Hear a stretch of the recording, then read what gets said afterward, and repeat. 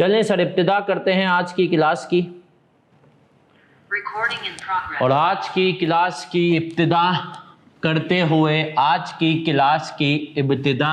हुए हम क्या करेंगे सर, हम जो है स्टार्ट करेंगे किससे सर, इम्पेयरमेंट जहाँ पर छोड़ा था वहीं पर। लेकिन अब से सर याद रखें, बहुत कॉन्सेप्ट्स बिल्डिंग हमारी माशाल्लाह हो चुकी है। आज की क्लास से थोड़ा सा हम आगे बढ़ना शुरू हो जाएंगे, प्रैक्टिस पे आ जाएंगे। तो क्विकली सर, अब तक जो हमने इम्पेयरमेंट पढ़ा था हम उसके ऊपर आते हैं। हमने पढ़ा सर इम्पेयरमेंट क्या होती है। हमने कहा इम्पेयरमेंट सिंपल अल्फाज में बात करें तो एसेट की बेनिफिट देने की सलाहियत में कमी को कहते हैं इम्पेयरमेंट। फिर हमने पढ़ा था कि सर इम्पेयरमेंट के इंडिकेटर्स क्या होते हैं। तो हमने सॉरी इम्पेयरमेंट के मतलब जो है हमें क्या चीज़ें चाहिए होती है। हमने कहा कैरिंग अमाउंट, रिकवरेबल अमाउंट जो कि होती है higher of fair value less cost to sell और वैल्यू इन यूज। सर फिर हम और आगे बढ़े थे, और आगे बढ़ते हुए हमने क्या पढ़ा था सर, और आगे बढ़ते हुए हमने पढ़ा था कि हमारे पास fair value less cost to sell क्या होती है। तो हमने कहा सर फेयर वैल्यू में दो बातें आती हैं, बाइंडिंग सेल एग्रीमेंट की वैल्यू, और अगर वो नहीं है, यूजुअली नहीं होती है, तो फिर हमने कहा कि आपके पास market price. Cost to sell के अंदर इंक्रीमेंटल कॉस्ट, वो कॉस्ट जो कि क्या हो, इजाफी हो, जैसे कि हमने एप्रिकॉट वाले सवाल में किया था। फिर सर हम आगे बढ़े थे, और आगे बढ़ते हुए हमने क्या पढ़ा था सर, आगे बढ़ते हुए हमने पढ़ा था कि हमारे पास जो है वैल्यू इन यूज के अंदर चार तरह के कैश फ्लोस नहीं आएंगे। कौन कौन से नहीं आएंगे। हमने कहा कि सर हमारे पास टैक्स कैश फ्लोज नहीं आएंगे, इंटरेस्ट कैश फ्लोज नहीं आएंगे अगर एसेट लोन पे लिया है, लीज पर लिया है। हमने कहा था सब्सिक्वेंट एक्सपेंडिचर वाले नहीं आएंगे, और future payment related cash flows हमारे पास नहीं आ रहे होंगे। सर फिर हम और आगे बढ़े थे, और आगे बढ़ते हुए हमने क्या पढ़ा था, मुझे बताएं सर। हमने सर और आगे बढ़ते हुए पढ़ा था कि हमारे पास जो है पास्ट एक्सपेंस से रिलेटेड कैश फ्लोज भी नहीं आएंगे। दो तरह के कैश फ्लोज आते हैं, यूज के और डिस्पोजल के। सर फिर मैं मजीद आगे बढ़ा था, और हमने पढ़ा था indicators of impairment, internal indicators होते हैं और एक्सटर्नल इंडिकेटर्स होते हैं। सर इंटरनल इंडिकेटर्स क्या होते हैं। हमने कहा जो कंपनी के अंदर से चीख चीख करके मतलब बनाए, या एसिड बताए, या कंपनी के अंदर से आवाज आए कि एसिड इम्पेयर्ड है। जैसे कि हमने कहा एसिड फिजिकली डैमेज हो गया है, ऑब्सोलीट हो गया है, या हमने कहा कि सर कोई जो है कंपनी रीऑर्गेनाइजेशन की तरफ जा रही है। एक्सटर्नल इंडिकेटर्स बाहर के हालात, हमने कहा मार्केट वैल्यू कम हो चुकी हुई है, या हमने कहा कि सर लो मार्केट कैपिटलाइजेशन, याद है बुक वैल्यू मार्केट वैल्यू से ज़्यादा हो जाए। इंटरनल हो एक्सटर्नल इंडिकेटर हो, वो हमें बताएंगे कि सर एसेट जो है उसके साथ मसाइल हैं, एसेट जो है उसके साथ क्या है सर, मसाइल हैं। सही है सर।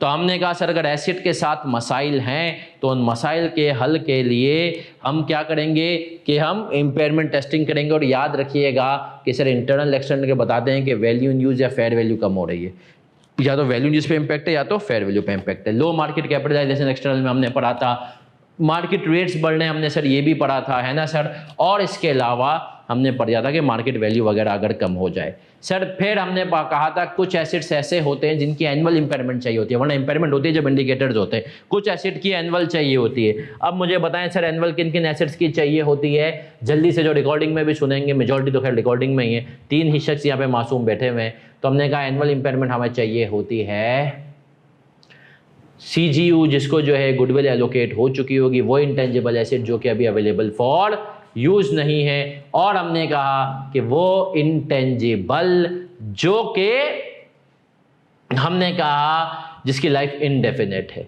ठीक है सर। आगे बढ़ते हैं हम, और आगे बढ़ते हुए हम कुछ ना कुछ तो करेंगे। कैसे हैं सर आप, आगे आना कैसे हुआ, रजिस्टर वगैरह कुछ भी नहीं लाया। चलें सर आगे बढ़ते हैं, और आज की क्लास में हमारा जो अफेक्टिवली लेक्चर 3 है इम्पेयरमेंट का, इसमें हम लेक्चर 3 के अंदर हम एक कॉन्सेप्ट पढ़ रहे हैं, शुरुआत करते हुए रिवर्सल ऑफ इम्पेयरमेंट। सर अब तक जो हमने पढ़ा एप्रिकॉट वाले सवाल से सबको देखते हुए हमने क्या किया सर, हमने इम्पेयरमेंट जो है वो पढ़ लिया, क्या होती है, कैसे होती है, इंडिकेटर्स क्या होते हैं। अब सर फिर हमने, मुझे याद पड़ा है पिछली क्लास में, हाँ एक और कॉन्सेप्ट भी देख लिया था पिछली क्लासों में, वो था CGU, cash generating unit. Cash generating unit क्या होता है सर?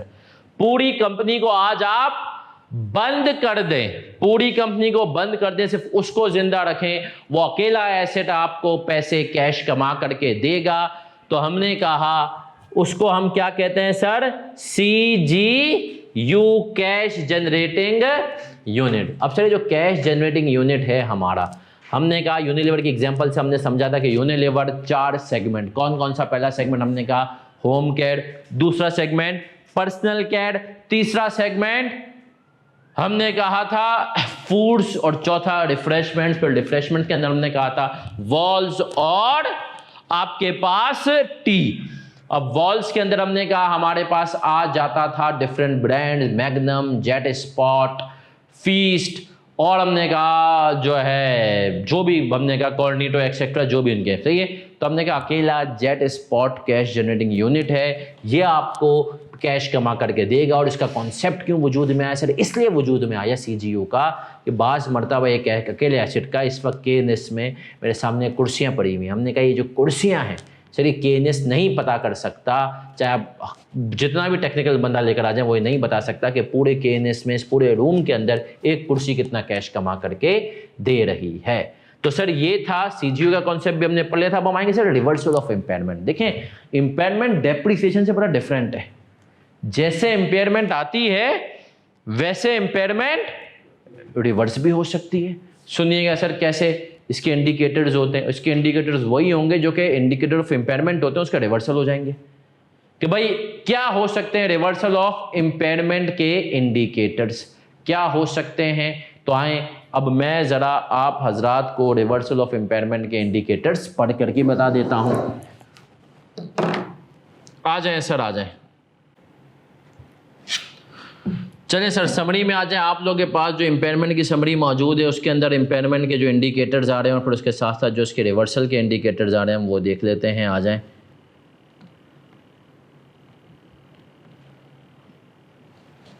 स्क्रीन पे समरी नज़र आ रही है, बाकी आप लोगों के पास तो है ही सर। तो हमने इसके इंडिकेटर्स देखे थे और अब हम पढ़ेंगे इसके इम्पेयरमेंट के इंडिकेटर्स के, हम रिवर्सल की तरफ जाएंगे कि भैया रिवर्सल ऑफ इम्पेयरमेंट कब होती है। तो आ जाएं, तैयार हैं आप लोग? अब सर जो उसके रिवर्सल के इंडिकेटर्स हैं वो दे आर सेम जो कि इम्पेयरमेंट के इंडिकेटर्स थे। क्या मतलब सर? इम्पेयरमेंट के जो इंडिकेटर्स थे उसके अंदर हमें कह रहा था कि भैया आपके पास इंटरनल इंडिकेटर था कि जो है, जो आपके जिसमें इंटरनल इंडिकेटर्स हैं कि आपका एसिड फिजिकली डैमेज हो गया था, आपको लग रहा था, आपने उसको रिपेयर करा लिया। जब रिपेयर करा लिया तब आपको वही बेनिफिट देगा, तो इम्पेयरमेंट क्या कर दो? रिवर्स कर लो। इसी तरीके से आपको लग रहा था कि एसिड की परफॉर्मेंस डिक्लाइन हो रही है, पता चला कि नहीं यार एसिड की परफॉर्मेंस डिक्लाइन इसलिए हो रही थी, आपको लग रहा था मेरी गाड़ी ने एवरेज खराब देना शुरू कर दी, पता चला कि यार गाड़ी ने एवरेज खराब देना नहीं शुरू कर ली थी, तुमने पेट्रोल गलत जगह से, चोर पेट्रोल पंप से डलाना शुरू कर दिया था। तो सर उस केस में भी क्या हुआ सर? अगर हमने चोर पेट्रोल पंप से भी अगर हमने पेट्रोल डलाना शुरू कर दिया था तो उस केस में भी हमने कहा कि सर हमारे पास इम्पेयरमेंट जो है आ गई थी और अब हमने इसको रिवर्स करना है। इसी तरीके से एक्सटर्नल इंडिकेटर्स पे आता हूं। चाइना ने नई मशीन निकाली थी, आपने जर्मनी की ली हुई थी, एकदम से मार्केट प्राइस हुई डाउन, पता चला चाइना की मशीन फेल हो गई। लोगों ने कहा ओरिजिनल तो ओरिजिनल है, वो काम कर ही नहीं सक रही, फिर मार्केट प्राइस आपकी मशीन के ऊपर हो गई। दूसरी एग्जांपल दे रहा हूं सर मैं, इंटरेस्ट रेट्स बढ़ते थे तो हमने कहा वैल्यू इन यूज कम हो जाती थी, इंटरेस्ट रेट कम हो गए तो वैल्यू इन यूज बढ़ जाएगी। अब सर जब भी रिवर्सल हो जाएगी ना इम्पेयरमेंट की, तो आपने याद रखना है कि इम्पेयरमेंट के इंडिकेटर्स रिवर्सल के वही होते हैं जो कि इंटरनल। अब आपने जब रिवर्सल होगी तो रिवर्सल के केस में आपने उसकी अकाउंटिंग कैसे करनी है, आए पहले मैं एक चार्ट बनाता हूँ, उस चार्ट को हम कॉपी करते हैं, फिर हम उसका सवाल करेंगे। आ जाए आ जाए आ जाए,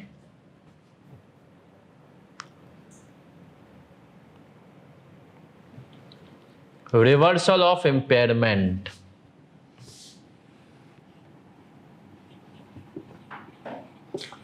कब रिवर्स करना है?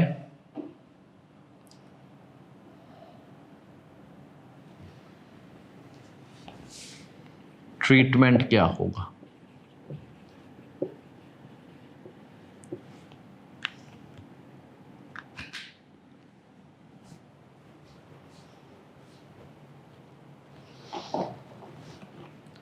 when indicators of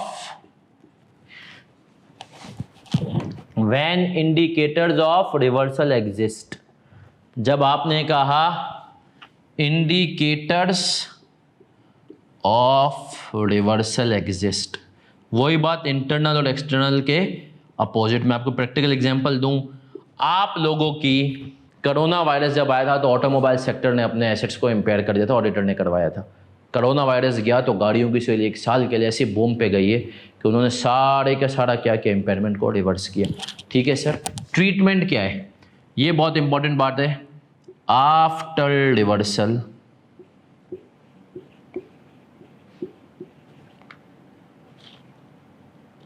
carrying amount should not exceed lower of, sir इसका आगे लिख लें कॉस्ट मॉडल में रिवर्सल हम कर लेंगे। कौन सा मॉडल है? should not exceed lower of historical cost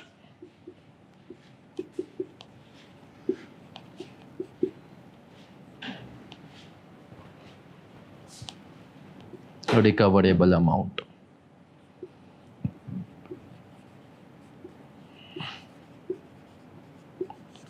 अब हिस्टोरिकल कॉस्ट क्या होता है, उसके आगे एक और भी लिख लें,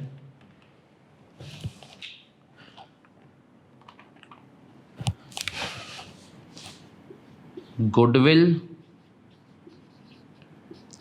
once impaired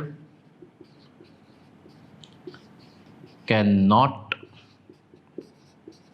be reversed। Historical cost, जो बच्चे IFRS 5 के लेक्चर ले चुके हैं उनको अंदाज़ा होगा हिस्टोरिकल कॉस्ट क्या होती है। Carrying amount as if asset never impaired और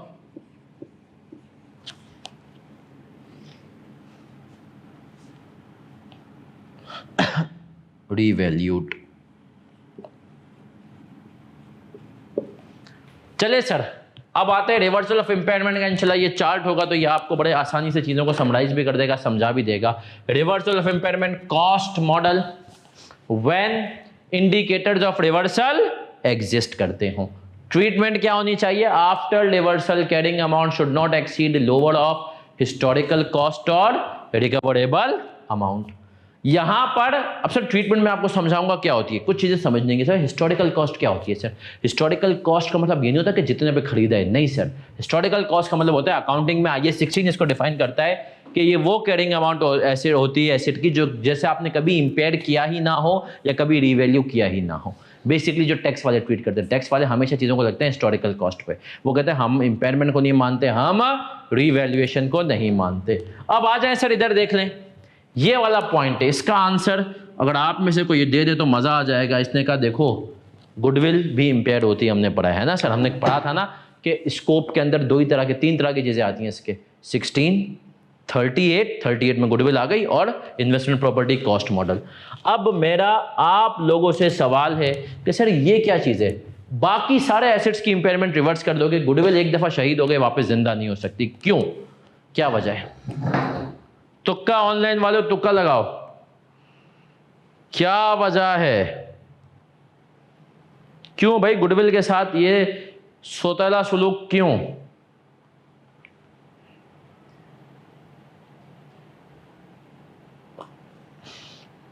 तुक्का लगाओ। सब सुस्त हैं, फर्म से आए एकदम सुस्ती चल रही है ना, तो गुडविल इज इंटेंजिबल, तो क्या हुआ? सॉफ्टवेयर होता हम उसको तो कर देते वापस। सर इसलिए कि गुडविल आपको पता होगा इंटरनली जनरेटेड कभी भी रिकॉग्नाइज, जब तुमने एक दफा इंपेयर कर दिया तो गुडविल तो खत्म हो गई। अब जब वापस बढ़ेगी तो इसका मतलब क्या है, इंटरनली जनरेटेड है, इंटरनली जनरेटेड बन जाएगी तो कभी भी रिकॉग्नाइज नहीं होगी। तो चलें सर आ जाएं, अब हम आ जाते हैं सवालों पे।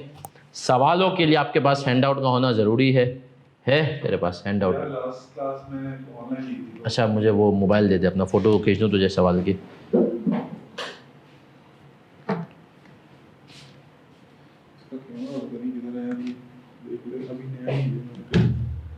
ये रहा कैमरा सामने सामने भाई, कैमरा ही यूज़ नहीं करता। आ जाए यार। चलें सर हम क्वेश्चन करेंगे तो इंशाल्लाह हम चीते हो जाएंगे इसमें। आ जाएं जी आ जाएं। अब इसके सवालात की तरफ बढ़ना है सर, याद रखें अब रुकना नहीं है। आज की क्लास में क्वेश्चन नंबर 4 से हम शुरू करेंगे रिवर्सल से। चलें सर आ जाएं, क्वेश्चन नंबर 4 सबके पास मौजूद है सर। अच्छा सुन लीजिए, क्वेश्चन नंबर 1 और 2, 1 और 2 क्वेश्चन नंबर आपका होमवर्क है, बड़ा सिंपल है। 2 का मैं आपको आंसर बता देता हूं। 2 का आंसर है इम्पेयरमेंट आएगी 5 मिलियन। 1 का आंसर आप लोग करके देख लीजिएगा, 2 को मैंने वैसे ही कैलकुलेटर पे सॉल्व कर लिया था। तो 1 और 2 बड़ा सिंपल है, ये आपको ऑलरेडी कवर्ड है। 3 अभी मैं आपको नहीं करवा रहा। 4 पे हमारे रिवर्सल ऑफ इम्पेयरमेंट ICW का सवाल है। सवाल में सबसे पहले करने का तरीका सीखना है सर हमें। सही है, वैसे तो माशाल्लाह आप सब चीते ही हैं, लेकिन बहुत सारे बच्चे कुछ बातें भूल जाते हैं, तो उनके लिए मैं सवाल रिवर्सल आप यकीन माने आपको अभी इंशाल्लाह बिल्कुल क्लियर हो जाएगा। FAR 1 में भी रिसेंटली इसको कोई तकरीबन 3 अटेम्प्ट्स पहले ऐड किया है, तो कुछ बच्चों को ने पढ़ा हुआ होगा, शायद कुछ ने नहीं पढ़ा। पढ़ते हैं, what should be the carrying amount of the licence in the statement of financial position of Cow Bird at 31 December 2007 according to IAS 36 impairment of assets. पढ़ते हैं, Cow Bird company operates in a television industry. It acquired a license to operate in a particular region for 20 years at a cost of rupees 10 million on 31 दिसंबर 2003। सही है, बिल्कुल 60 साल के and पे acquired किया है, 20 साल के लिए 10। Cowbird as a policy was to amortize the fee paid for license on a straight line basis. By 31 December 5 it had become apparent that Cowbird had overpaid for the license, and measuring recoverable amount by reference to value in use, it recognizes an impairment charge of 4.05 million, leaving a carrying value of 4.95 million। ठीक है sir. Eight 31 December 2007 impairment 4.05 की हो गई, उसने हमें carrying amount भी बता दी कि उस दिन कितनी हो गई थी, 4.95। The market price has improved and such that the conditions giving rise to the original impairment no longer existed. The recoverable amount of the license by reference to the value in use was rupees 11 million। Sir देखिए, जब भी सवाल पढ़े ना, करने का तरीका, requirement तुम्हें पता हो कि इसने तुमसे क्या पूछा है, कैरिंग अमाउंट पूछी है 2007 के एंड पे, क्या कैरिंग अमाउंट होगी। ठीक है, अब तुम्हें उसी हिसाब से इसको आंसर देना है कि कैरिंग अमाउंट क्या होगी 2007 के एंड पे। अब मैं क्या करने जा रहा हूं मेरा बच्चा, अब मैं इसको यहां पर देख लो, reversal of impairment cost model quickly एक दफा समझा रहा हूं। When indicators exist, क्या मतलब, जो इंपेयरमेंट के इंडिकेटर्स थे उसके बिल्कुल अपोजिट इंडिकेटर्स होंगे। मार्केट प्राइस अच्छी हो गई, इंटरेस्ट रेट्स जो हैं वो आपके जो है क्या कहते हैं कम हो गए, तो वैल्यू इन यूज बढ़ गई। सही है, इसी तरीके से ट्रीटमेंट क्या होगी, ये बहुत इंपॉर्टेंट चीज़ है। ये कुछ बच्चों के लिए नया होगा, कुछ बच्चे FAR 1 में शायद पढ़ चुके हो नए सिलेबस के हिसाब से। After reversal carrying amount should not exceed lower of historical cost और रिकवरेबल अमाउंट। हिस्टोरिकल कॉस्ट क्या होती है, वो कैरिंग अमाउंट जैसे एसेट कभी इंपेयर हुआ ही नहीं हो, कभी रीवैल्यू हुआ ही नहीं हो, टैक्स के हिसाब से आया, बस डेप्रिशिएट हुए जा रहा है। और हमने कहा रिकवरेबल अमाउंट। अब आए सर, इसको हम देख रहे हैं, इस सवाल को एक बात में लिखवाई, goodwill once impaired can not be reverse. सब चीजें रिवर्स हो जाएंगी, गुडविल वापस रिवर्स नहीं हो सकती, क्योंकि IAS 38 मना करता है कि वो इंटरनली जनरेटेड बन जाएगी। अब आए सर, इसका सोल्यूशन हम कर रहे हैं क्वेश्चन नंबर 4 का। फोटो लेनी है किसी को तो इसकी ले लें, जब तक हम इसको एक दफा आप सवाल भी पढ़ लें, इसका हम सोल्यूशन करेंगे। अभी इसकी रिक्वायरमेंट बड़ी क्लियर है, समझ बता के बताओ 31 दिसंबर 2007 को किस अमाउंट पे वो आएगा। तो मैं सिर्फ इसकी रिक्वायरमेंट में एक पीएनएल को ऐड कर दूंगा, आ जाए पीएनएल भी हम बना लेंगे। कॉपी किसी ने नहीं करना, सबने बोर्ड पे देखना है।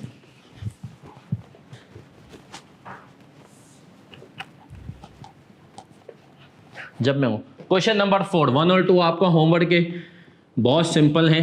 क्वेश्चन नंबर 4 पे आते हैं।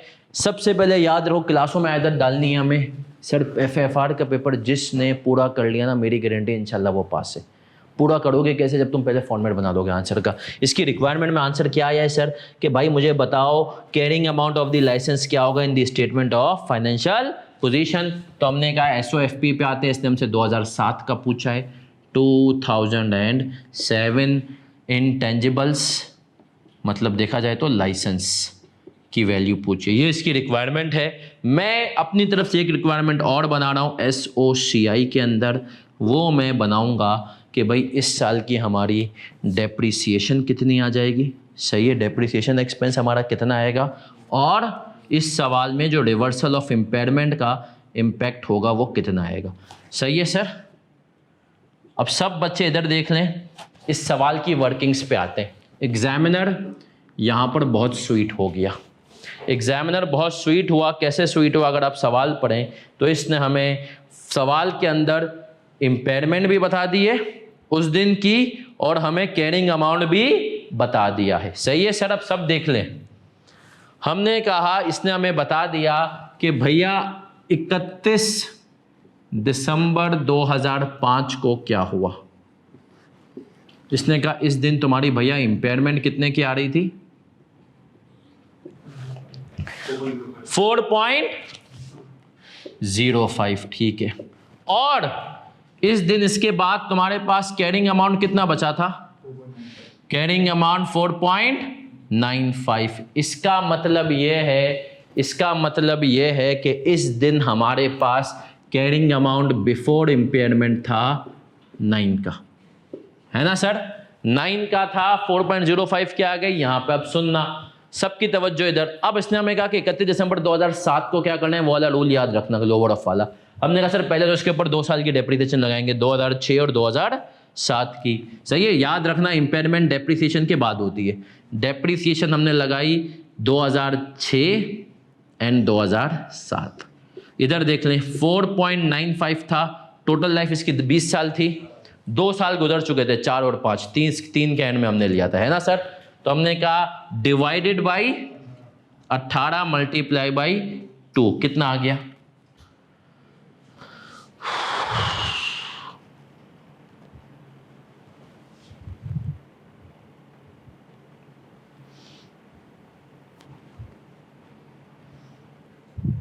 .55 सर, ये आ गया 0.55। तो एसिड हमारा बचा हुआ था 4.4 पे। एसिड हमारा कितने पे बचा हुआ था, 4.4। सर ये तो नॉर्मल इंपेयरमेंट का सवाल है, आप सबकी तवज्जो इधर। यहां पर मैं वर्किंग कर रहा हूं रिवर्सल की। इसने कहा भैया तू रिवर्सल करेगा लोअर ऑफ हिस्टोरिकल कॉस्ट, और हिस्टोरिकल कॉस्ट के बाद दूसरी चीज क्या है, रिकवरेबल अमाउंट। रिकवरेबल अमाउंट सवाल में इस दिन हमें दे दिया है, कितना है, 11। अब हमने कहा सर हिस्टोरिकल कॉस्ट कितनी है, इधर देख लो। हिस्टोरिकल कॉस्ट क्या होती है, एसेट आया कभी इम्पेयर हुआ ही नहीं, तो हमने कहा भैया कॉस्ट थी इसकी एसेट की 10 मिलियन। अगर इम्पेयर नहीं होता तो एक्यूमुलेटेड डेप्रिसिएशन इसके ऊपर 4 साल की लग चुकी होती। कब की, 4, 5, 6, 7, है ना सर। और 10 के हिसाब से 10 डिवाइडेड बाई 20 इंटू 4 कितना आ जाता सर। अब तक हमने कहा 2 की, तो हमारे पास बचा कितने का होता, 8 का एसेट होता। कितने का बचा होता। तो अब मैं अगर इसको रिवर्स करूंगा, रिवर्सल ऑफ इंपेयरमेंट डालूंगा, तो कितने तक की डालूंगा, 8 पे मैं इसकी कैरिंग से कहा था after reversal carrying amount should not exceed historical cost. और तो अब हम इसको, हमने कहा लोअर है 8 तक लेकर जाएंगे, तो इसका मतलब है रिवर्सल कितने का आ गया, रिवर्सल कितने का आ गया, 3.6। सही है सर। अब सब बच्चे इधर देख लें, हमने कहा बुक्स के अंदर इंटेंजिबल 8 का होगा, डेप्रिसिएशन 4.95 डिवाइडेड बाई 18 एक साल की आएगी ना, यहाँ तो हमने 2 साल की 6 7 दोनों के निकाल ली, पीएनएल में तो 1 साल की आएगी। बताओ कितने की आ रही है? 0.275 ना। 4.95 डिवाइडेड बाई 18 पॉइंट, और सर रिवर्सल ऑफ इम्पेयरमेंट 3.6। तो ये कॉन्सेप्ट है कि रिवर्सल को रोक देना है। लॉजिक समझ रहे हो इसकी? क्यों सर? लॉजिक क्या है भाई? कॉस्ट मॉडल है, रीवैल्यूएशन तो है ही नहीं ना। तो रिवर्सल के बाद अगर तू 11 पर ले जाएगा तो तूने एसेट को रीवैल्यू कर दिया है ना। अगर कॉस्ट मॉडल पे होता तो अभी 8 पर ही होता। लेकिन अगर तुम इसको, अगर ये लिमिट नहीं लगाता तो तुम कॉस्ट मॉडल के अंदर भी क्या कर रहे होते? रीवैल्यूएशन। इसीलिए इसने ये लिमिट लगा दी। ठीक है सर, ये लिमिट लगाई। अब ये सर जो 3.6 है ना, इंपेयरमेंट कितने की आई थी? 4 पॉइंट, और हम रिवर्स कितना कर रहे हैं? 3.6। सब बच्चे इधर देखना, कॉपी नहीं, अभी मैं सारा समझा रहा हूँ। एक और चीज आखिरी, हमने इंपेयरमेंट की एंट्री क्या बनाई होगी? Impairment loss debit, accumulated impairment loss कितने से? 4.05। सर 4.05 से इंपेयरमेंट आई तो आपका दिमाग में एक सवाल आना चाहिए, हम तो पूरी इंपेयरमेंट रिवर्स कर दी, एसिड कोस्ट वैल्यू पे ले आए, जैसे कभी इंपेयर हुआ ही नहीं 8 पे ना। तो ये रिवर्सल 3.6 से क्यों हुआ? पूरा 4.05 से क्यों रिवर्सल नहीं हो रहा? डेप्रीसिएशन का इम्पैक्ट, इंपेयरमेंट की वजह से डेप्रीसिएशन बेनिफिट आ गया था। कैसे सर? आए देख लेते हैं। ऐसे हमने कहा सर देखिए टोटल इंपेयरमेंट कितने की आई थी? 4 पॉइंट, लेकिन सर इंपेयरमेंट की वजह से एक बेनिफिट आया। वो बेनिफिट ये था कि डेप्रीसिएशन कम हो गई। डेप्रीसिएशन हमारी अगर आप देखें 10 डिवाइडेड बाई 20 नॉर्मल चार्ज होती थी 0.5, इंपेयरमेंट के बाद हो रही है 0.275, और 1 साल की नहीं 2 साल का बेनिफिट आया 6 और 7, तो ये आपका हो गया 0.45। तो डेप्रीसिएशन बेनिफिट अगर आप 0.45 देखें तो सर इसके बाद जो रिवर्सल का अमाउंट बनता है वो कितना बनता है? 3.6। ये कॉपी कर लें। हाँ, अमोर्टाइजेशन।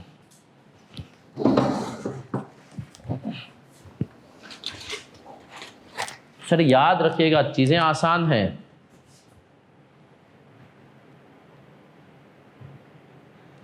ये एग्जाम में आंसर में जो ये एसओएफपी है उसके नीचे डायरेक्ट इंटेंजिबल्स लिख के डायरेक्ट आगे नेट अमाउंट या पूरा डिस्को करना है? डिस्को इंटेंजिबल्स से लाइसेंस? नहीं, सिर्फ इंटेंजिबल लिख के भी आर्ट कर सकते। नॉन करंट एसेट वगैरह? नॉन करंट एसेट भी चाहो तो लिख दो, चाहो तो ना भी लिखो, कोई मसला नहीं, लिख दो तो ज़्यादा अच्छा है। लेकिन यूजुअली बैलेंस शीट के फेस पे ना इंटेंजिबल लिखा हुआ आता है। नहीं बेटा देखिए, उसने रिक्वायरमेंट में पूछा था कि मुझे 2007 की फिगर बता दो, तो मैंने कोशिश की है रिक्वायरमेंट की हद तक रहूँ। देखिए आईकेप कभी कभी जो है ना मार्क्स कब करता है ना, तो इस तरीके से खेल रहा होता है।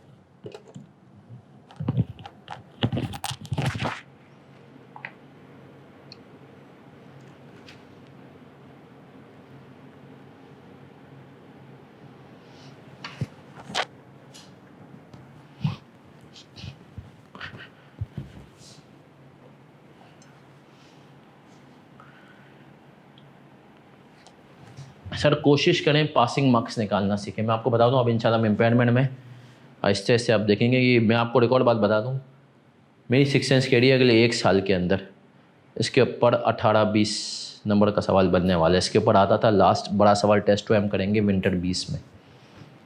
बड़ा सवाल तो ऐसा आएगा कि और बड़ा सवाल है जिसके अंदर डिफरेंट कॉन्सेप्ट्स को एक साथ देता है ये,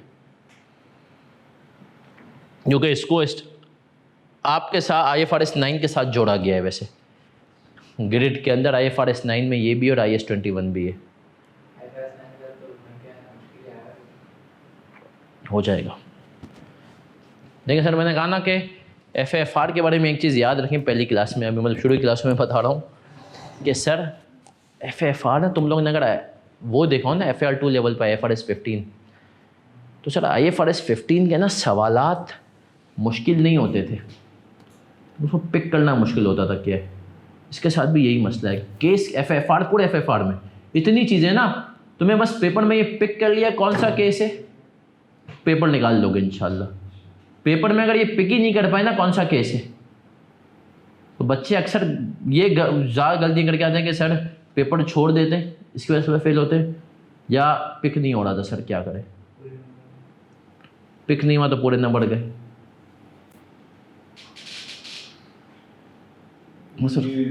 ये फाइनल हो गया कि पेपर जो है वो मेरे लिए मैनुअल होने या लैपटॉप? नहीं, ये अभी तक फाइनल नहीं हुआ है। मैं आई कैप को हम अब क्या कहें, आई कैप सॉफ्ट सिग्नल तो दे रहा है कि हम लैपटॉप पे लेंगे। कब? दिसंबर? हाँ, मतलब यही कंप्यूटर बेस्ड, लेकिन तैयारियों से नहीं लग रहा। उनका क्या है, उनका सारा बोला है। सही है, तैयारियों से नहीं लग रहा कि यार आप कैसे इसको, अब पता नहीं, अल्लाह आसानी करे। सॉफ्ट सिग्नल नहीं, क्रिकेट में होता है soft signal umpire, high cap soft signal में तो कह रहा है। तो हमने कहा भाई कह रहा है ना, तो ऑफिशियल अनाउंसमेंट कर एक दफ़ा, उसमें टाइम ले रहा है। इसमें लैपटॉप तो खुद लेके जाना है ना? जी, बात हुई कि रहते में बोलना खुद ले जाना पड़ेगा, हमसे जरा देना। अब मेरा पॉइंट यही है कि यार ये आई कैप जो है ना, मतलब करो ना तो इतना अच्छा सिस्टम बनाओ कि घर पे बच्चे को बोलो घर बैठ के मेरा देख। एसीसी में होता था। सर आई कैप अभी जो है ना ग्रो हो रहा है अनफॉर्चुनेटली, और ये वाला जो टर्म है ना आई कैप का, ये सबसे बुरा टर्म है। बहुत ज़्यादा डिटेल में नहीं बताऊंगा, बट इस टाइम में जो ऊपर के लोग हैं ना, ऊपर के लोग हैं वो सुनने को तैयार नहीं है, स्पेशली हर वो मसला जो कि बच्चों से, स्टूडेंट से रिलेटेड हो, समझे। स्टूडेंट से रिलेटेड मसले को वो सुनने के लिए ही तैयार नहीं है। उनको लगता है कि स्टूडेंट के नखरे ज़्यादा कर देंगे और इनकी ज़िंदगी बड़ी खुशहाल है। असल में उनके आर्टिकल्स को बहुत टाइम निकल चुका है, तो उनको वो दिन याद नहीं है। सही तो बोल रहे हैं, इतना आसानी स्टूडेंट को लोगे तो तो वो इसी इसमें कि यार स्टूडेंट को जो है ना नखरे इसके ज़्यादा हैं, इसको अभी वो उनका कहना है क्या है यार, ये लोग एक लैपटॉप मतलब कर सकते हैं पूरा दिन, मतलब उनकी आई कैप की सोचिए, हम भी तो पूरा दिन लैपटॉप में ही काम करते हैं ना। हम कह रहे हैं यार तुम अपने सॉफ्टवेयर को इतना क्विक कर लो, क्या करो। अब ये तो कोई हरकत नहीं ना कि एक्सेल के तो फॉर्मूले कॉपी नहीं करने दे रहे हो। ये है वे आई कैप ने कुछ जगहों पे ये हरकतें डाली हैं सॉफ्टवेयर में। अब आप एक्सेल का मैं फार्मूला कॉपी नहीं कर रहा तो मेरा एक्सेल को यूज़ करने का फ़ायदा क्या हुआ है।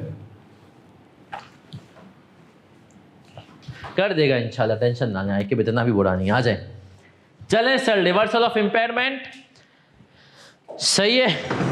और वही, अच्छा इस सवाल के आगे, रिवर्सल ऑफ इम्पेयरमेंट के आगे लिख दें अंडर कॉस्ट मॉडल। अभी रीवैल्यूएशन मॉडल के अंदर मैंने रिवर्सल की बात नहीं की है, सही है सर। अब आ जाएं, अब आते हैं सर कैश जनरेटिंग यूनिट में आपको पढ़ा चुका था। क्या होता है सर कैश जनरेटिंग यूनिट?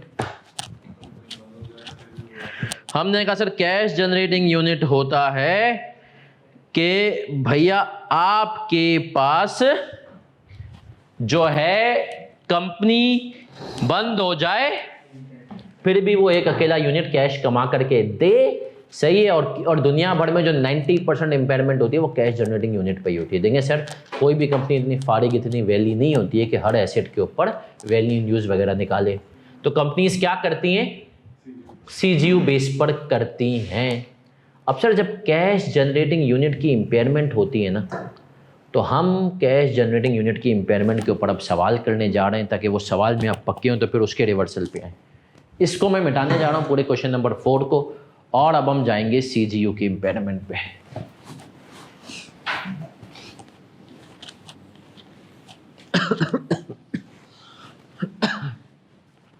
अब सर याद रखें कैश जनरेटिंग यूनिट हमारे पास दो तरह के होते हैं, एक विद गुडविल और एक यूनिलीवर के लिए जेट स्पॉट एक कैश जनरेटिंग यूनिट है, और यूनिलीवर के लिए सर्फ एक्सेल भी एक कैश जनरेटिंग यूनिट है ना sir.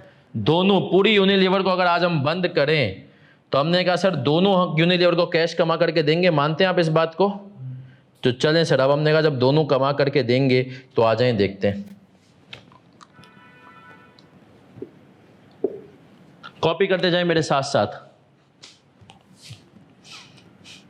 Cash generating unit CGU, यहां पर हमने लिखा विद गुडविल और यहां पर हमने लिखा without goodwill. Sir with goodwill के साथ एग्जांपल के तौर पे चले मैं आपको समझा भी देता हूं। सर्फ एक्सेल, सर आपको पता है यूनिलीवर का, ज़रा सुन ले इधर सर, यूनिलीवर का मॉडल ये है, ये बड़ा अच्छा मॉडल है, इसको कहते हैं वाइट लेबलिंग। आप लोग SPM में कहीं पढ़ेंगे भी। सर मॉडल ये होता है, यूनिलीवर कहता है मैं किसी भी मुल्क में जाऊंगा तो सबसे पहले ऐसा नहीं वहाँ पर जाके मैंने अपना प्लांट लगा लिया, नहीं, मेरे पास ब्रांड है, मेरे पास नाम है। अब यूनिलीवर ने कहा, पाकिस्तान में यूनिलीवर सबसे पहले आया था 1950s में। उसने कहा यार दुनिया भर में हमारा एक हीरो प्रोडक्ट था सर्फ एक्सेल, वो पाकिस्तान में भी नया मुल्क बना था उस टाइम पे, नए चलाना था। तो उन्होंने कहा कि यार एक काम ये करते हैं, अभी जो सर्फ एक्सेल है, इस सर्फ एक्सेल को चलाना है। तो इन्होंने क्या किया, पूरे पाकिस्तान में डिफरेंट जगहों पे इन्होंने विजिट करना शुरू किया। पूरे पाकिस्तान में ऐसी कौन सी लोकेलिटी है, और उस टाइम पे जाहिर सी बात है कराची उस टाइम से एक फाइनेंशियल हब था, पोर्ट थी, सारी चीज़ें सबसे पहले कराची में ही है, और कराची में इनको था कि मिलेगा। अब जब कराची में आए तो इनको कराची में साइट एरिया पे एक फैक्ट्री मिली जिसका नाम था फ़तेह अली केमिकल्स। क्या नाम था सर जिसका? फ़तेह अली, एक मिनट रुक जाएंगे, एक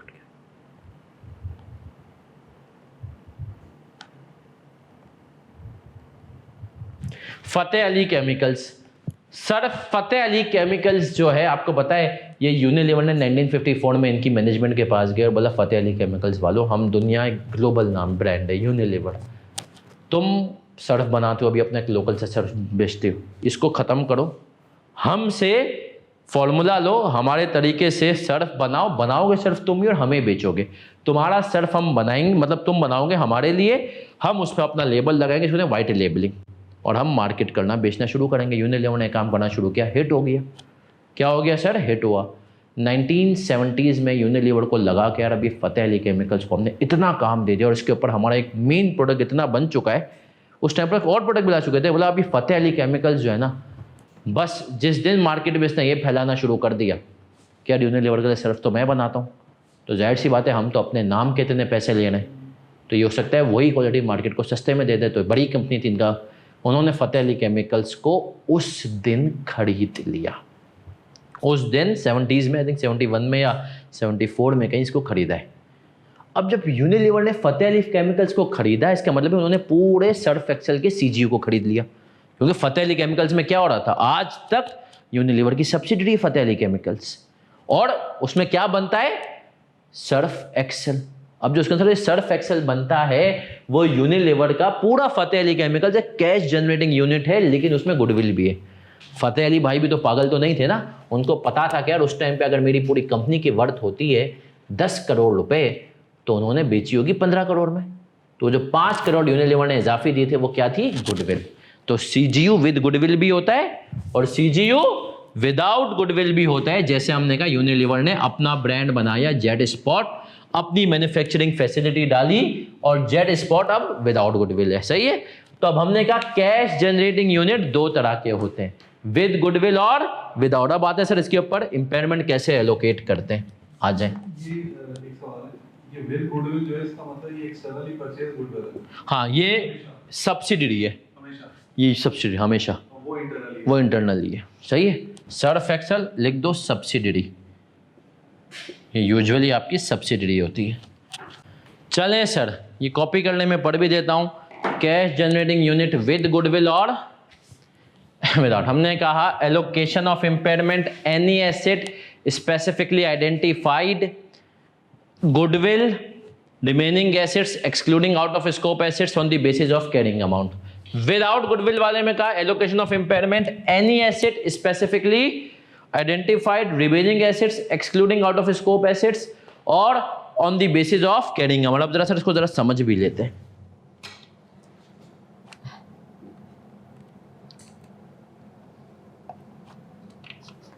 आए सर इसको जरा समझते हैं। सबसे पहले इंपेयरमेंट की गोली कौन खाएगा? सर अगर उसने हमें सवाल में बता दिया ना, कोई ऐसा एसेट है जो कि पूरा डैमेज हो गया CGU का, CGU है ये पूरा रूम है, केनस का CGU है, हमने कहा ऐसी पूरा डैमेज हो गया, सबसे पहले तो इसको गोली मार देंगे। उसके बाद हमेशा जब भी इंपेयरमेंट आएगी ना CGU की, तो दूसरी गोली कौन खाएगा? और अगर ये नहीं हो, यूजुअली ये नहीं होता, तो पहली गोली किसको लगती है? गुडविल। गुडविल क्यों? सर सब्जेक्टिव एसेट है, कोई पीछे बेस नहीं है, नाम के पैसे ना यार, कितने पैसे मतलब अंदाजा है ना, इसको उड़ा दो। उसके बाद जो एसेट्स बचते हैं उनमें से उन एसेट्स को साइड करो जो कि स्कोप से बाहर हैं, on the basis of carrying amount. और हमने कहा सर चाहो ना तो इसके लिए एक रेफरेंस भी डाल दो ताकि तुम लोगों को रिवीजन के लिए आसानी रहे, तुम्हें ये पढ़ते हुए ही आ जाए, सही है, जो कि हम रेफरेंस डाल देते हैं क्वेश्चन नंबर एक्सक्लूडिंग वाले पॉइंट के ऊपर, क्वेश्चन नंबर 6, सही है। क्वेश्चन नंबर 6 हमें सिखा देगा कि एक्सक्लूडिंग वाला जो पॉइंट है ये क्या मतलब है।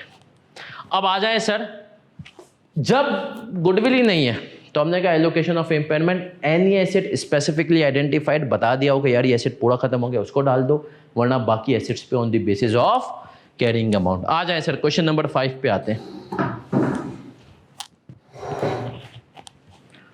क्वेश्चन नंबर 5, ऑनलाइन वाले बच्चों अगर आप हमारे साथ है तो लिख दें CC।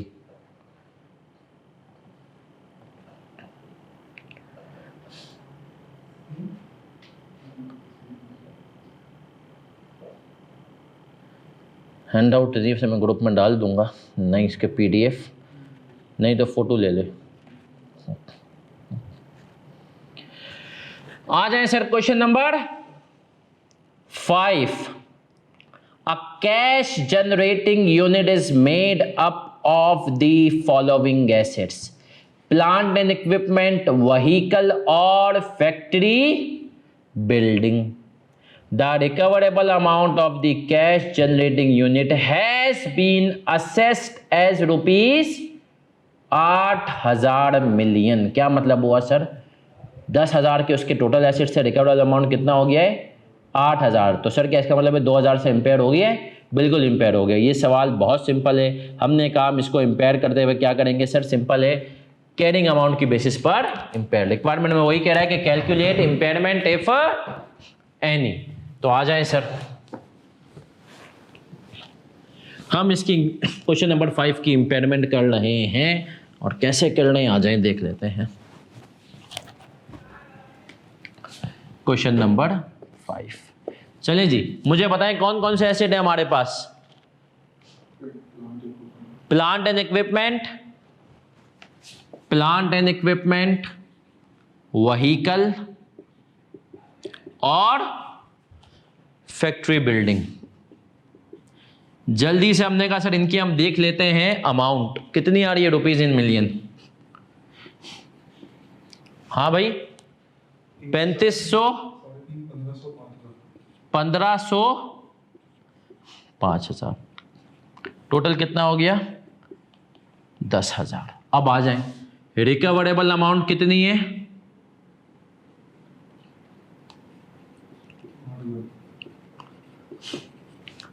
8,000। तब हमने कहा सर इसका मतलब है इम्पेयरमेंट कितनी आएगी 2,000, है ना। अब सर 2,000 की इम्पेयरमेंट, क्या ये CGU विद गुडविल है? नहीं सर ये CGU विद गुडविल नहीं है। क्या इसमें कोई ऐसा एसेट बताया है जो कि स्पेसिफिकली इम्पेयर्ड हुआ है? नहीं सर। तो इसका मतलब है तीनों को हम किस बेसिस पर कर देंगे। अब तुम लोग पेपर में सबके अलग अलग वर्किंग बनाते हो या तो नहीं बनाते, एक्सट्रीम पे चलते हो, या तो अलग की अलग वर्किंग या तो नहीं। आईकेप के तरीके से जो आईकेप क्या करता है इस केस में, आईकेप ये करता है 3500 divided by 10,000 multiply by 2,000, static का रेफरेंस दिया स्टैटिक 1। हाँ भाई बताओ कितना आ रहा है, 3500 डिवाइडेड बाई 10 मल्टीप्लाई बाई 2 कितना आ रहा है नवल? 35%, 700, 2800 आ जाए सर। फिर हमने कहा व्हीकल,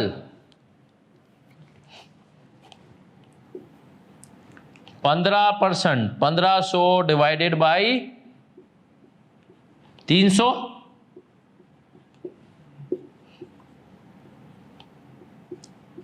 है ना सर, 1200, और रिमेनिंग इस पे चले गई कितनी 1000। तो हमने कहा सर ये कितना आ गया 4,000। सर बिल्कुल बेस बनाने के लिए सवाल था, बिल्कुल सिंपल सा। हमने कहा सर ये हो गया हमारा क्वेश्चन नंबर 5, असल है क्वेश्चन नंबर 6। अगर ये कॉपी कर लिया हो तो 6 की तरफ बढ़े।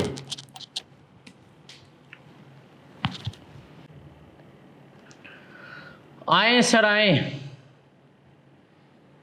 और अब हम जाने क्वेश्चन नंबर 6 की तरफ। ऑनलाइन वाले बच्चों कॉपी करने कर लिया?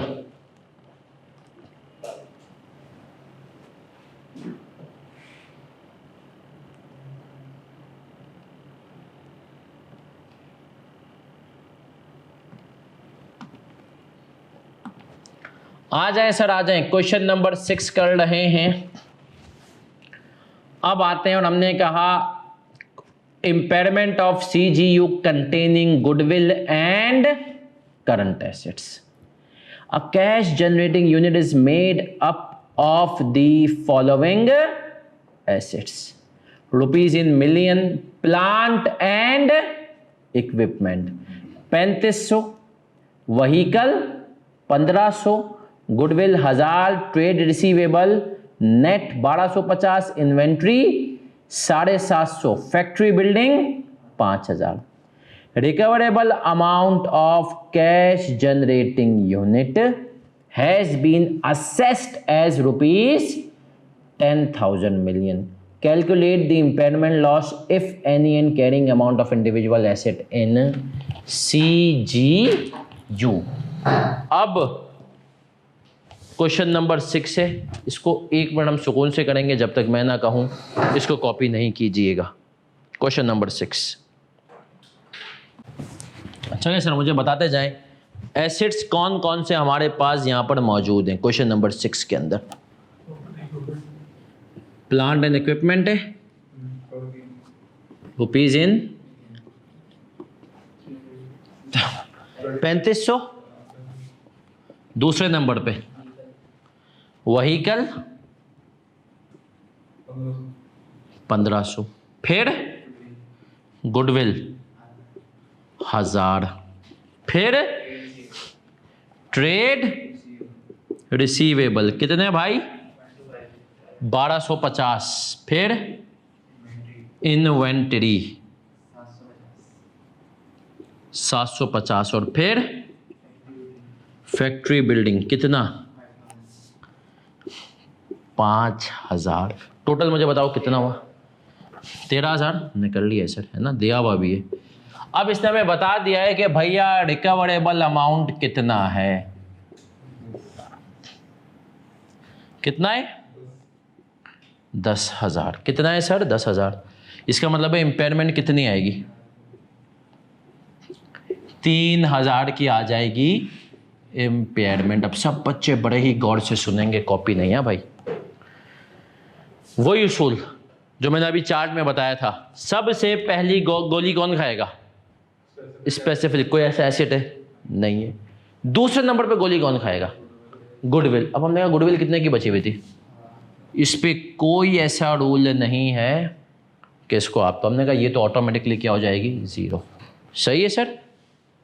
ये 3,000 में से पहला गुडविल को क्या पूरा पूरा हमने कर दिया, ये आईकैप को हमें डिस्क्राइब भी करना नहीं, या बस डायरेक्ट उसको पता है, डायरेक्ट डाल दो। ये आईकैप को डिस्क्राइब नहीं करना, आईकैप को रूल पता है। अब आगे आते हैं सर, फिर मैं कहता हूं remaining assets excluding out of scope asset. अब मुझे बताओ इस लिस्ट में से कौन सा एसेट आउट ऑफ स्कोप है?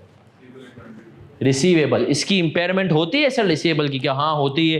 कौन देखता है? IFRS 9। IFRS 9 में एक पूरा सेक्शन है कि जो रिसीवेबल है उसकी इंपेयरमेंट ये मैं देखूंगा। इन्वेंट्री सर इंपेयर होती है? हाँ होती है। इन्वेंट्री क्या है? लोड ऑफ कॉस्ट और NRV। कौन देखता है? तो हमने कहा भाई ये बेसिकली इंपेयर तो होते हैं लेकिन स्कोप से बाहर हैं, तो इनके ऊपर इंपेयरमेंट नहीं आएगी। 1250, 750। अब हमने कहा इंपेयरमेंट बची 2,000 की, एसेट बचे 3। अब आ जाए इन तीनों का मैं टोटल कर लेता हूं आसानी के लिए। मुझे बताएं तीनों का टोटल मिला के कितना है? 3500 plus 1500 plus 5,000 is equals to 10,000। फिर वही बात पिछले सवाल की तरह का हो गया सर। हमने कहा 2,000 की इंपेयरमेंट बची है, तो इसका स्टैटिक 1 हमने देखा, हमने कहा 35 डिवाइडेड बाई 100 मतलब 3500 डिवाइडेड बाई 10 मल्टीप्लाई बाई 2,000, तो ये हमारे पास आ गया 700 है ना, ये कितना आ जाएगा 300, और बाकी अमाउंट इस पे गया कितना 1000। तो अब मुझे बताओ 2800, 1200, 4000, तो ये हो गया हमारा सर क्वेश्चन नंबर 6। कॉपी कर लें जल्दी से इसको। फिर इसी सवाल के अंदर मैं कुछ शरारतें डालूंगा।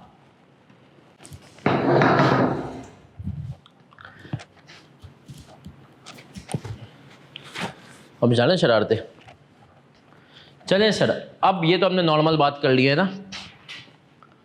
अब सपोज करो यही सवाल है, यही सवाल है और उसने हमें कह दिया NRV of inventory in CGU is 650। इसने कहा जो NRV है इन्वेंट्री की CGU में वो कितनी है 650। अब बताओ मेरे इस सवाल के ट्रीटमेंट में क्या फ़र्क आएगा? कोई फ़र्क आएगा नहीं आएगा? यही रहेगा। ऑनलाइन वाले बच्चों बताओ, यूजुअली नहीं कहता, उसने कहता है सवाल में मुझे एक साथ में उसने एक लाइन दे दी है कि NRV of inventory in CGU is 650। क्या करूंगा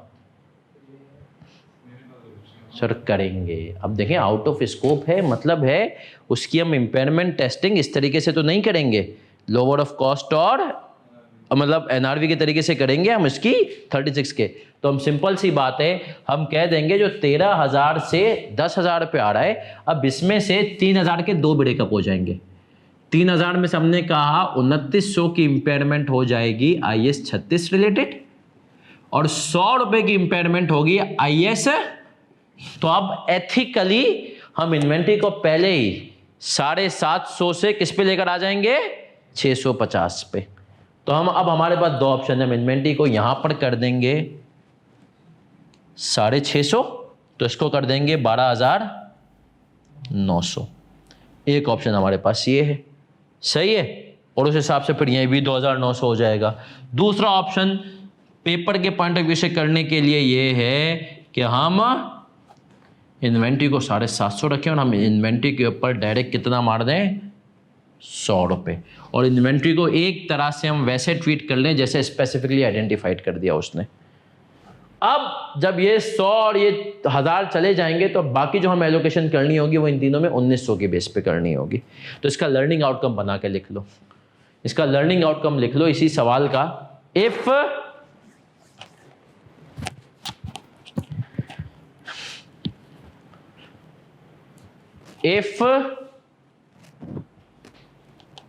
inventory or receivable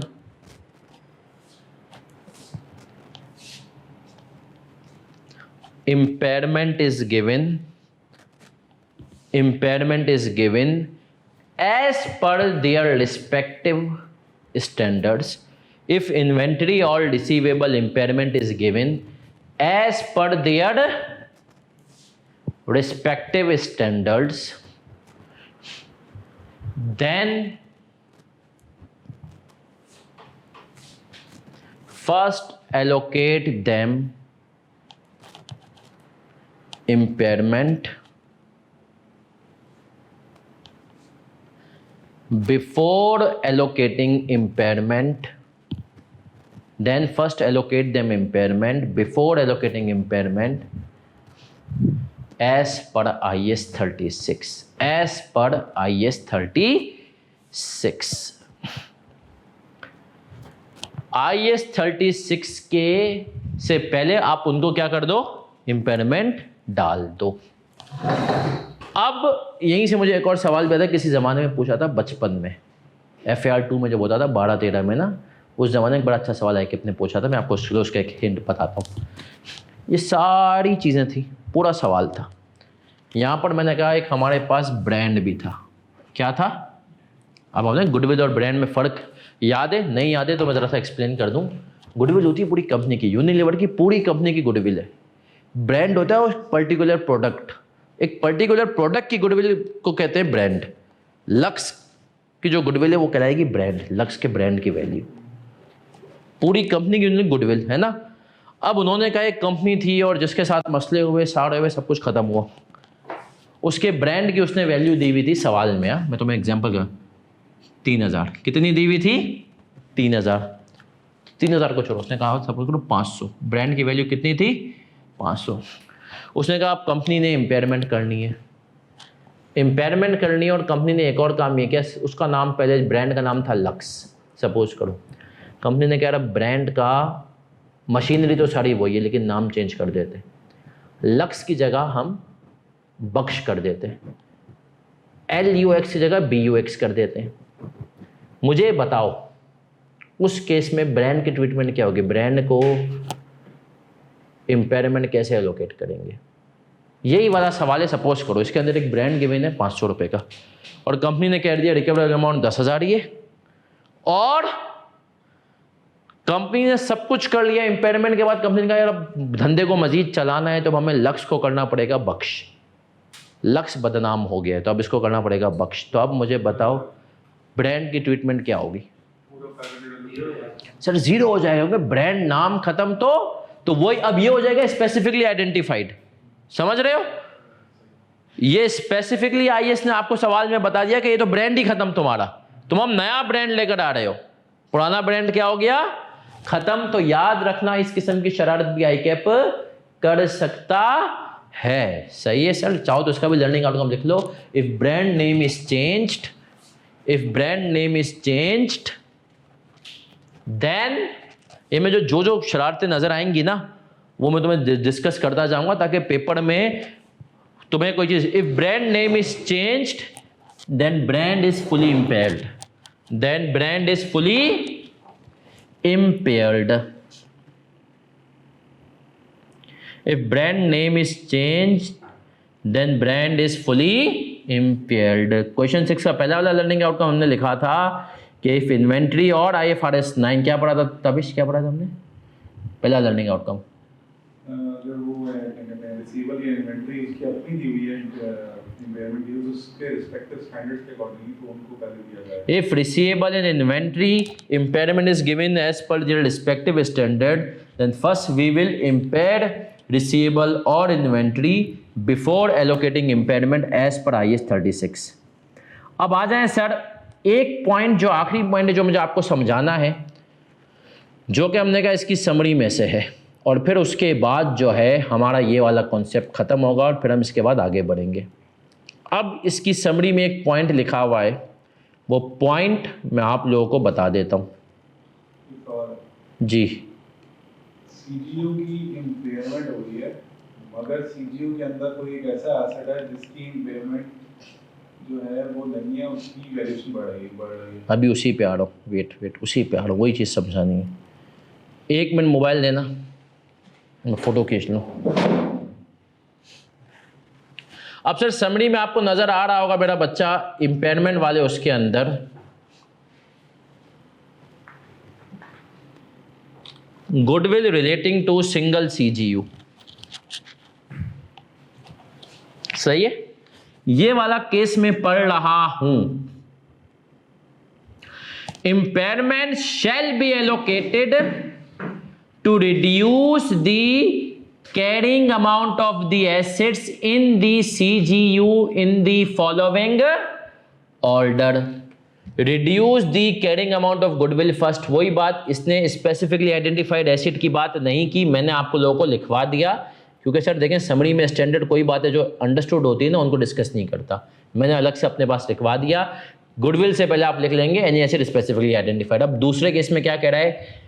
Then allocate remaining impairment to other assets on the basis of each carrying or each asset in the CGU in allocating।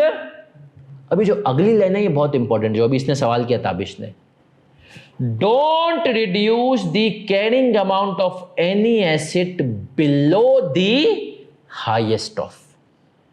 बोला after impairment किसी भी asset की carrying amount कम नहीं होनी चाहिए, इनमें से तीनों में से जो भी हायर हो, fair value less cost to sell, value in use और 0। Fair value less cost to sell, value in use और 0। इस लाइन को सब एक दफा फिर से पढ़े। Don't reduce the carrying amount of any asset below the highest of fair value less cost to sell, value in use और 0।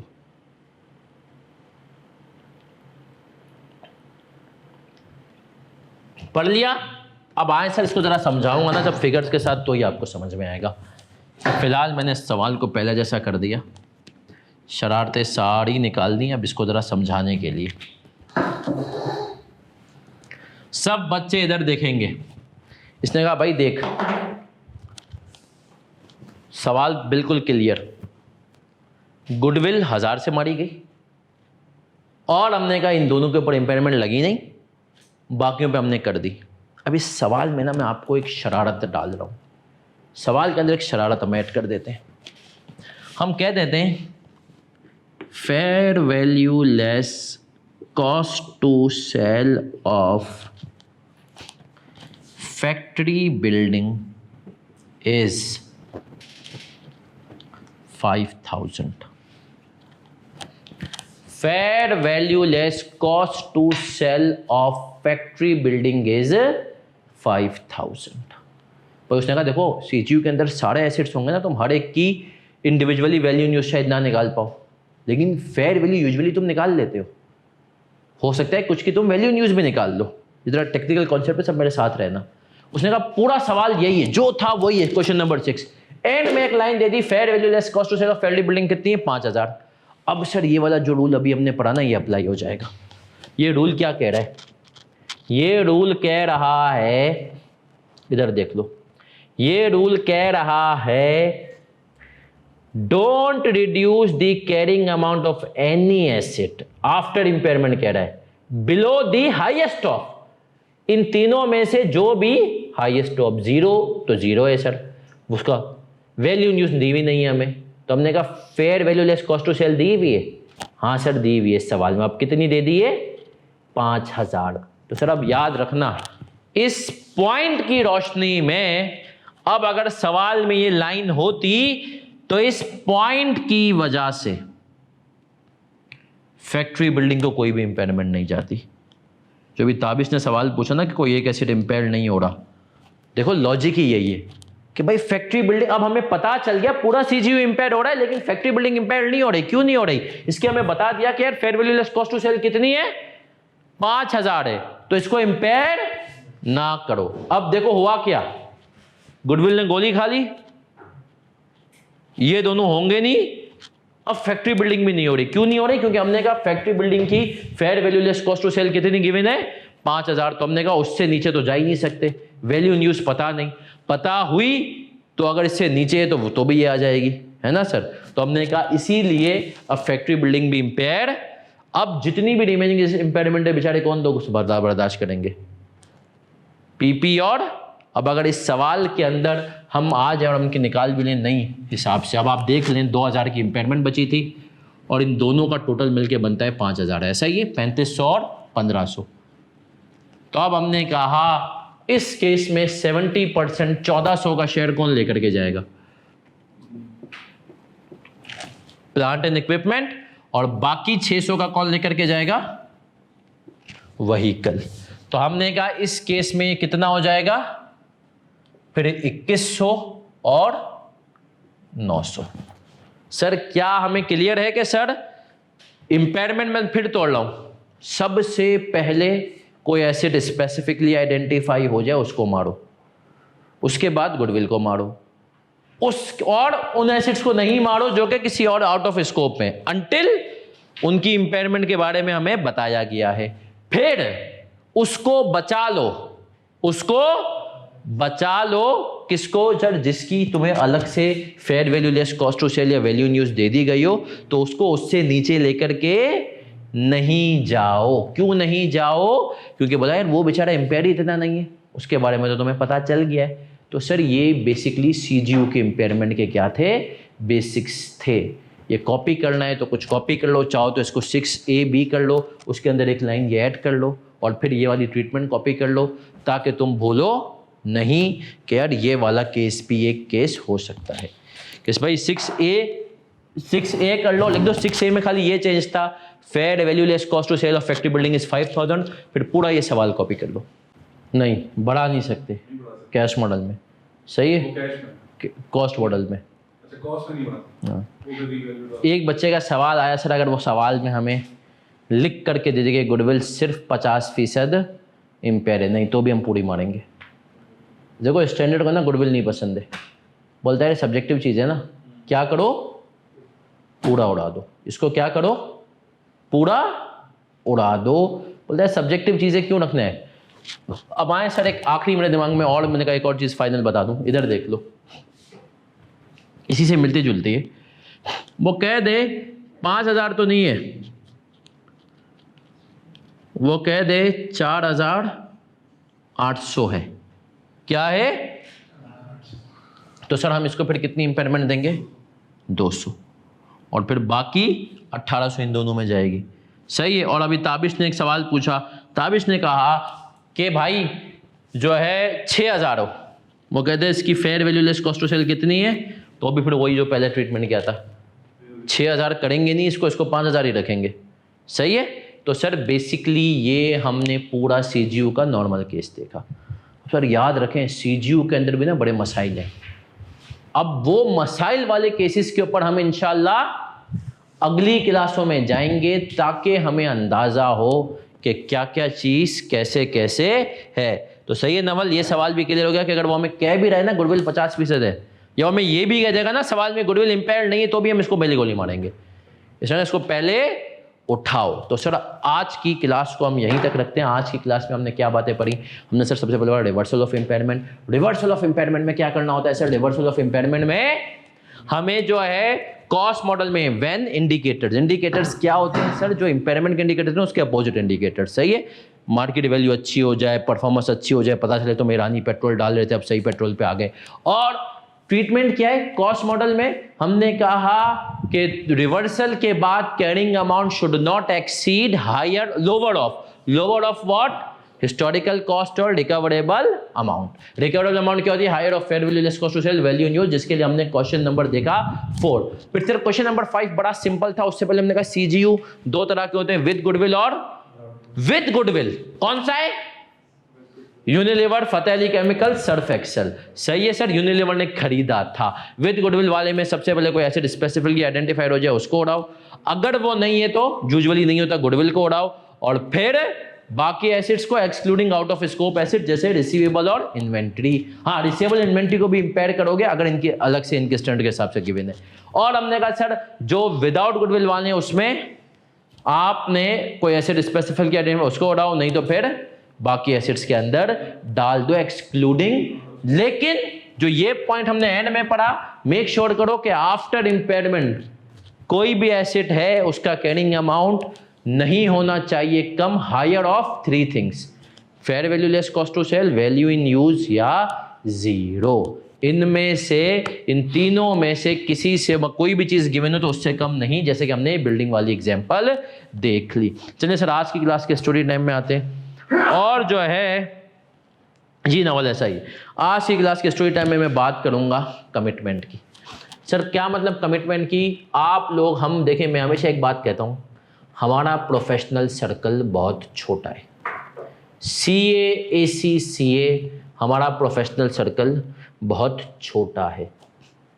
क्या मतलब सर, आप यकीन माने आज मुझसे तकरीबन अब तक कोई, मैं क्योंकि टीचर भी हूँ तो माशाल्लाह लोग आते रहते हैं कि सर वो मेरी बहन के लिए रिश्ता आया है CA का, सही है तो अब आप बता दें, या वैसे भी तो सर अब होता ये है कि मुझे जब भी कोई रिश्ते के लिए इंक्वायरी आती है ना, तो मैं सबसे पहले जाता हूँ उसका, पहले फेसबुक देखता था, अब मैंने फेसबुक का यूज़ करना बहुत कम कर दिया, तो अब मैं लिंक्डइन पे जाता हूँ।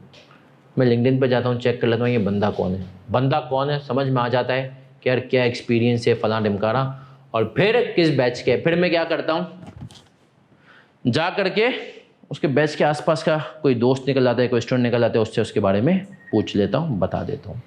अब यही चीज़ बहुत सारी जगह में आपके जॉब के हवाले से भी होती है, खास तौर पर जो बड़ी कंपनियाँ हैं ना, वो आपका बड़ा बायो चेक करती हैं। तब मैं आपको बताता हूँ हुआ क्या। सर हुआ ये कि एक बंदे ने, सपोज कर, मैं एग्जाम्पल में थोड़ी देर आपको समझाने के लिए सपोज करवाऊंगा, एक जगह एक कमिटमेंट दी थी आज से कोई कुछ टाइम पहले कि मैं आपकी फर्म, वही बात जो आज बच्चों का सीए फर्म में नहीं हो रहा होता है, वो आते हैं किसी की मेरे पास है कि सर आप मेरा केपीएमजी में करा दें, केपीएमजी में करा दें, केपीएमजी में करा दें। अब केपीएमजी में मेरे को वैसे जानना नहीं, एग्जांपल दे रहा हूँ, मैंने करवा दिया किसी भी वजह से, चले पार्टनर के सामने रो धो लिया, थोड़ी जान पहचान थी, मैंने कहा यार ये बच्चा बहुत अच्छा है, इसको रख लें प्लीज़, ये वो ना। अब केपीएमजी में हो गया। अब बच्चा उस टाइम पे कमिटमेंट दे रहा है, मुझे भी दे रहा है, केपीएमजी के पार्टनर को भी दे रहा है कि मैं, आपने मुझे रख लिया, कहीं नहीं जाऊँगा। बच्चे को 1 महीने बाद पीडब्ल्यूसी से आ गई ऑफर। बच्चा क्या करता है? उड़ता है। अब मतलब उड़ते भी हो ना तो अगले को यार समझाओ, माफ़ी तलाफ़ी करो, अच्छे ताल्लुकात, मजबूरी ऐसी हो जाए। अब आप अचानक से उड़ गए, अब आप मेरा फ़ोन नहीं उठा रहे, उसके केपीएमजी पार्टनर का, और 1 महीने पहले बच्चा रो रहा है सर करा दें करा दें करा दें, हो गया तो अब फ़ोन भी नहीं उठा रहा। अब आप देखें उससे होगा क्या। उस पार्टनर की नज़र में आपने मुझे गंदा किया, उस पार्टनर की नज़र में आपने मुझे गंदा किया कि यार ये तो सही है, तुम्हारा बच्चा था, अब तेरा भी फ़ोन नहीं उठा रहा।